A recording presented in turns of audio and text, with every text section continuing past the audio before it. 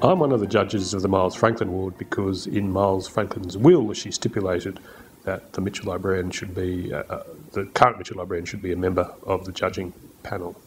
It was something I was really keen to do, and it's fascinating just having a survey of Australian literature for 1 year. So in that sense it's great. It's very stimulating. It's a lot of work, but it's a great honour really, because it is the most prestigious literary award in the country. Miles did spend a lot of time at the Mitchell. It was a place she obviously enjoyed. She spent most of the early part of the 20th century overseas, and when she came back in the 1920s and 30s, it became a place where she felt very comfortable.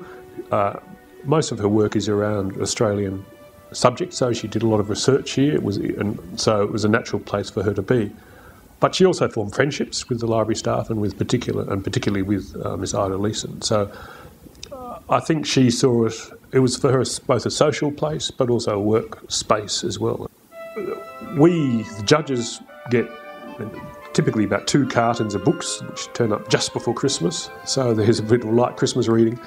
And typically there's probably between 50 to 60 or 70 books are submitted each year.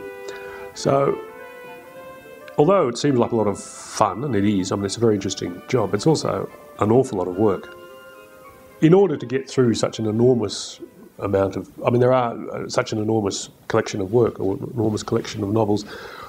There are 5 of us, there are 5 judges, and we have a series of meetings which are arranged, probably 3 or 4 meetings.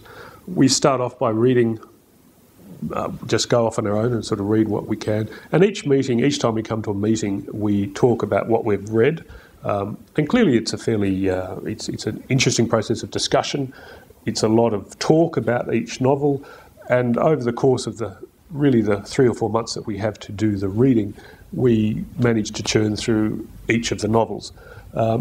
Obviously, as we get closer and closer towards the end of the process, and we will go back to novels that have really impressed us and reread them. So the works that make it through to the long list and then through to the short list are the works that really stay with you. A lot of novels or a lot of works, you kind of get to the end of them and then it's pretty easy to kind of put them into the back of your mind. The ones that tend to win the prize or get onto the long list and then to the short list and are the novels that have some aspect of them that just really sticks in your mind. And I think it's also important to realise that although there's only one winner, there are a lot of very good novels out there, and it can be a pretty close run thing in terms of who the actual winner can be. It seems there was a kind of 2 sides to her. One was the very extroverted public figure who lunched and dined and had a lot to do with Sydney's literary community and with the library community. And the other side was a very private person who perhaps felt thwarted in her ambitions as a writer. She had felt she'd had to look after her elderly mother. Everything had kind of worked against her having a literary career because she just found it hard to do the domestic as well as write. And so she, and her will explicitly says that she wants to be able to provide some relief, some space for people to write, to give them some time away from what they would have to do. So it was a very deliberate thing, I think, that she felt she was actually giving writers an opportunity through her prize to have time out to actually write and focus on the quality of their writing.